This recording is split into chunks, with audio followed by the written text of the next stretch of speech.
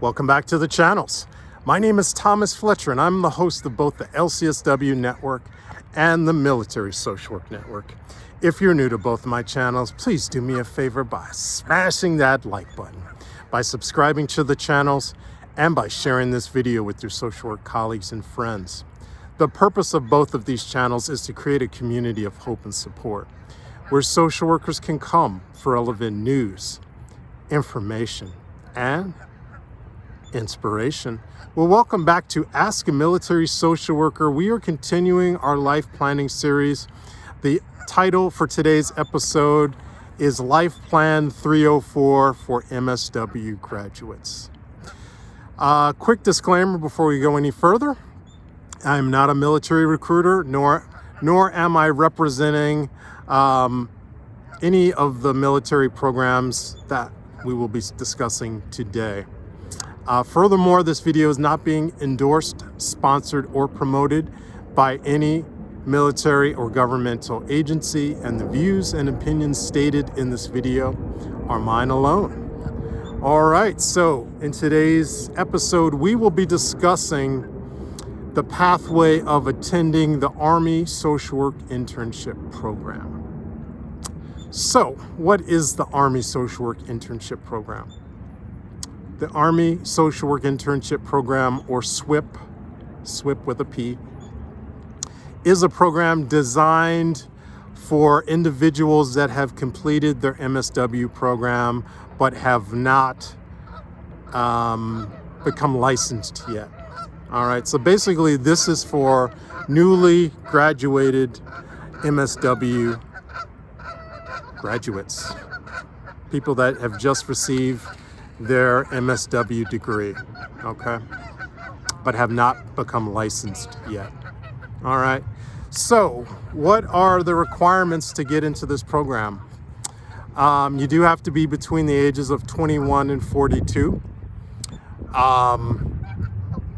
This other requirement is a little bit strange, but I will leave a link in the description box for this program, but they do say you have to have at least 18 credits, 18 semester hours of social science or behavioral science classwork, which of course you're going to have more than that having a MSW,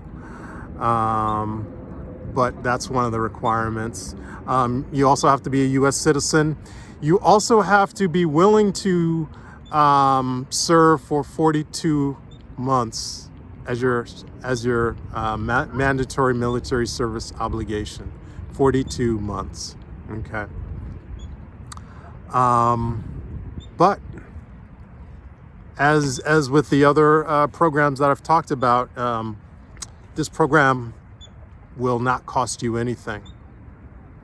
Right? This program will not cost you anything. It will cost you 42 months of your time, but you will be compensated for that time because you'll be an active duty social worker. But let's talk about the 4 core programs within this program. So this social work internship program is a 26-month long program where at the end of it, you will have your 2 years of supervised hours that you will need to take your licensing exam. So once you complete this program, you will have the hours that you will need to take your advanced practice social work license exam. Right? So while you're in this 26-month program, you will have 4 different rotations. You will have social work leadership rotation, management leadership rotation, behavioral health rotation, family advocacy program rotation, and addictions medicine rotation. And where do these rotations take place?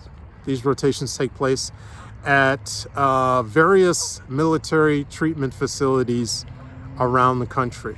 So these are active duty military treatment facilities where active duty service members go to get medical care as well as mental health care. Okay. One such location is at the military treatment facility in San Antonio, Texas, right? But the last time I checked, there were about 13 military treatment facilities, but every year or so they add new ones. So again, I will leave the link in the description box. So when do you apply?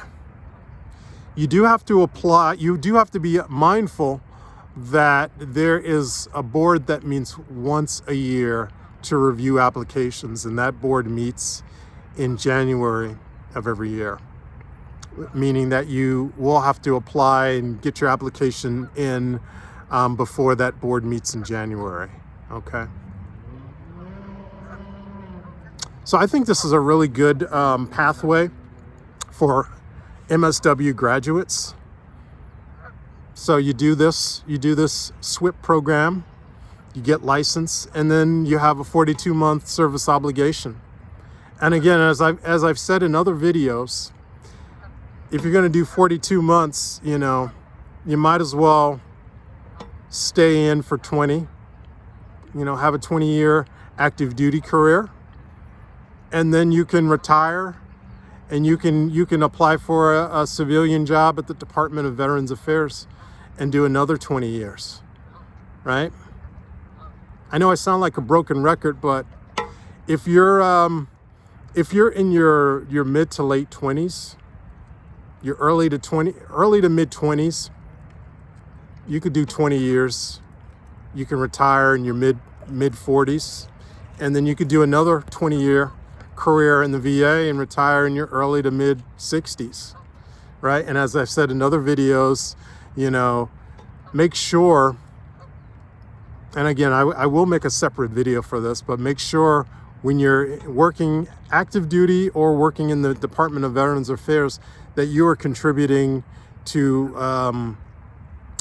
the government's 401k plan, which is called Thrift Savings Plan, TSP.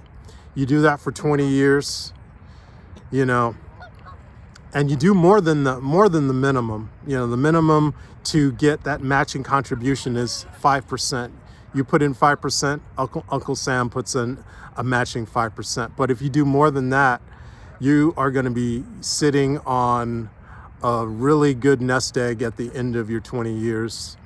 Whether you work in the VA for 20 years or whether you work in the Department of Defense for 20 years. And then if you do that twice, a 20-year career in active duty DOD, and then you do another 20-year career in Department of Veterans Affairs, you're going to have 2 very fat TSPs. But again, to summarize, let's talk about the main topic in this summary. So, again, this video is for MSW graduates who are looking to do something with that MSW. I would tell you, apply for the social work internship program, and that will, again, that's a 26-month program that will give you that licensing. You'll be able to get your licensing hours, supervised licensed hours that you will need to take your ASWB advanced practice exam, right? So you do the SWIP program, 26 months, you complete that. And then you do your 42. You complete your 42-month service obligation. I would say go even further. Might as well go for 20 years. Retire mid 40s, and then do another 20-year career in the Department of Veterans Affairs. Retire at 62. Get that 1.1 FERS pension at age 62. 20 years of service. You can retire from the VA, then you'll have 2 government pensions, you'll have 2 TSP 401ks that you funded, and then you could either retire completely, or you could, open up a private practice or teach.